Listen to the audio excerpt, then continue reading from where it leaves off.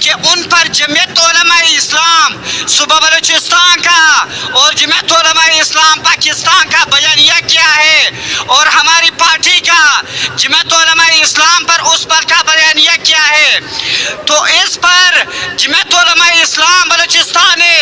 محسن بلوچستان حضرت مولانا عبدالواسع صاحب کی قیادت میں جو بیانیہ اپنائی ہے وہ کسی سے ڈکی چھپی نہیں ہے۔ وہ بیانیہ یہ ہے کہ ہم اس حکومت کو گھٹنے ٹکنے پر مجبور کریں گے اگر یہ مدارس کے خلاف نکلیں گے، اگر یہ بلوچستان کے عوام کی سیاسی حقوق کو یرغمال کریں گے، ان حقوق کو جو ہمیں کنسٹیٹیوشن نے دی ہے ان کو وائلیٹ کریں گے تو ہم ان کے خلاف سیسا پلائی دیوار کے طرح کھڑے رہیں گے اور ان کو آگے جانے نہیں دیں گے۔ اور ہم یہ بتاتے چلے کہ جمعیت علماء اسلام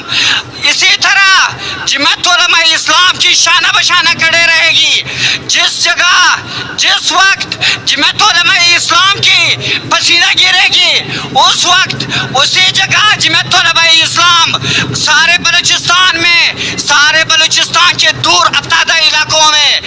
جمعیت علماء اسلام اسی جمعیت علماء اسلام کی بیانیے کی پرچار کریں گے، وہ چاہے کالجز ہو، چاہے یونیورسٹیاں ہو، چاہے مدارس ہو، ہم جمعیت علماء اسلام کے ساتھ ان کے شانہ بشانہ کھڑے رہیں گے اور ان کے ہر آواز پر لبیک کہہ کر ان کے ساتھ آئیں گے۔